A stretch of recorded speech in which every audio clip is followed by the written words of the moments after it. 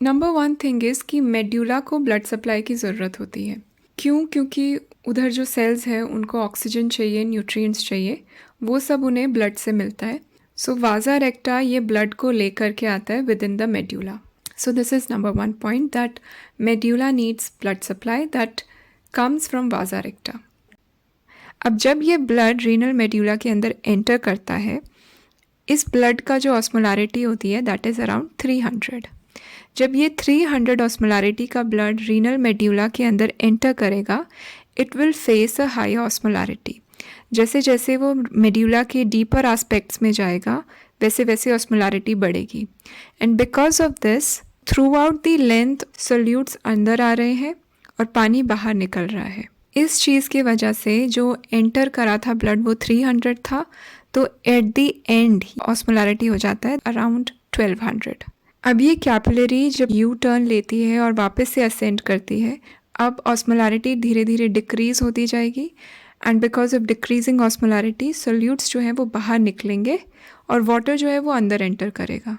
सो अगर आप इसमें बस एक सेक्शन को लो तो इस एक सेक्शन में सोल्यूट अंदर एंटर कर रहा है कैपिलरी के, और यहाँ पे सोल्यूट बाहर निकल रहा है, जिसकी वजह से ओवरऑल इफ़ेक्ट जो आता है वो ये है कि मेड्यूला के अंदर सोल्यूट का कंसंट्रेशन चेंज नहीं होता है।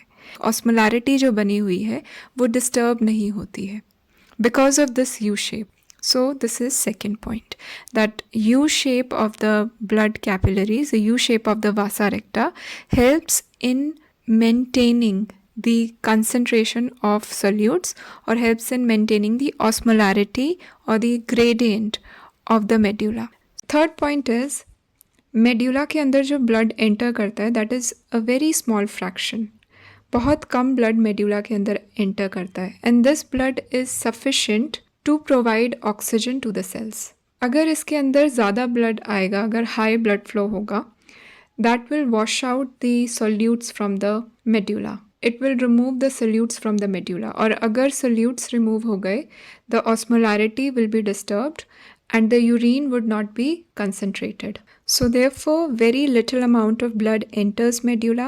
It is enough to provide oxygen to the cells, and this sluggish movement of blood, the small amount of blood, ensures that the osmolarity, the gradient is not disturbed. And this gradient is crucial to concentrate the urine. Fourth point is कि blood that comes out of medulla has higher osmolarity. जब blood enter करता है medulla में, उसका around 300 osmolarity होती है, and then जब blood बाहर निकलता है, exit करता है medulla से, उसकी around osmolarity होती है 350. ऐसा क्यों होता है? Because जितनी speed से blood flow करता है, उतनी speed से sodium या ions बाहर diffuse out नहीं करते हैं।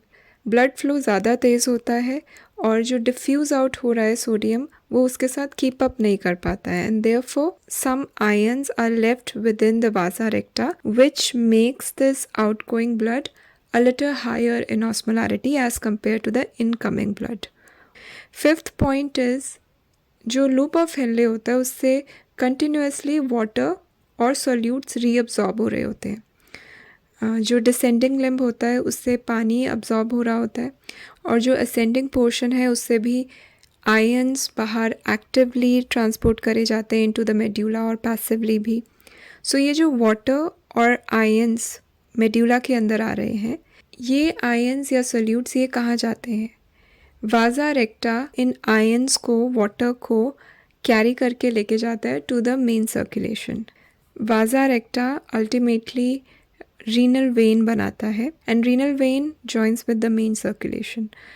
सो लूप ऑफ हेनले से जो भी वाटर या आयंस अब्जॉर्ब हो रहे हैं, मेड्यूला के अंदर आ रहे हैं, उसको वाजा रेक्टा अब्जॉर्ब करके लेके जाता है to the main circulation. So these are 5 points.